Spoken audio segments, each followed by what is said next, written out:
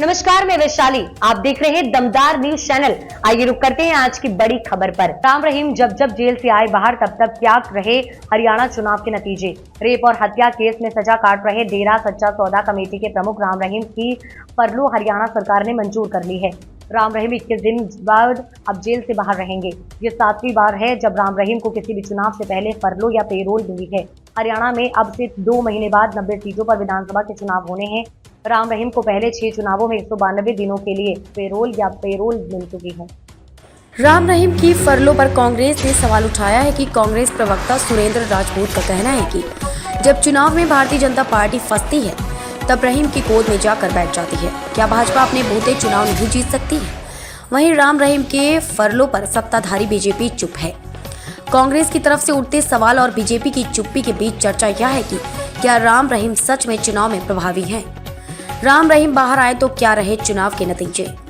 जून 2018 में हरियाणा नगर निगम की 5 सीटों के लिए निकाय का चुनाव होना था। इससे पहले राम रहीम को 30 दिनों के लिए पैरोल मिली। अगस्त 2017 में जेल जाने के बाद राम रहीम की यह पहली पैरोल थी। निकाय के इस चुनाव में बीजेपी ने एक तरफा जीत हासिल की। पार्टी ने सभी 5 सीटों पर जीत दर्ज की। 2022 के मार्च में पंजाब समेत 5 राज्यों में विधानसभा के चुनाव होने थे। इससे पहले जनवरी 2022 में राम रहीम को 21 दिनों की पैरोल मंजूर की गई। रहीम जेल से बाहर आए और हरियाणा से ही राजनीतिक संदेश देने लगे। हालांकि पंजाब चुनाव में राम रहीम अप्रभावी साबित हुए। 2022 के चुनाव में बीजेपी को सिर्फ 2 सीटों पर जीत मिली, जो कि 2017 के 3 सीटों से कम थी। 2022 के अक्टूबर में हरियाणा में पंचायत चुनाव होने थे। इस बार राम रहीम को 40 दिनों पैरोल मिली और वे फिर से जेल से बाहर आए। राम रहीम के जेल से बाहर आने पर तत्कालीन मनोहर लाल खट्टर सरकार की खूब आलोचना हुई। हालांकि पंचायत चुनाव में बीजेपी को नुकसान हुआ और पार्टी 7 जिलों में जिला परिषद की 102 सीटों पर चुनाव लड़ी, जिसमें से उसे सिर्फ 22 सीटों पर जीत मिली।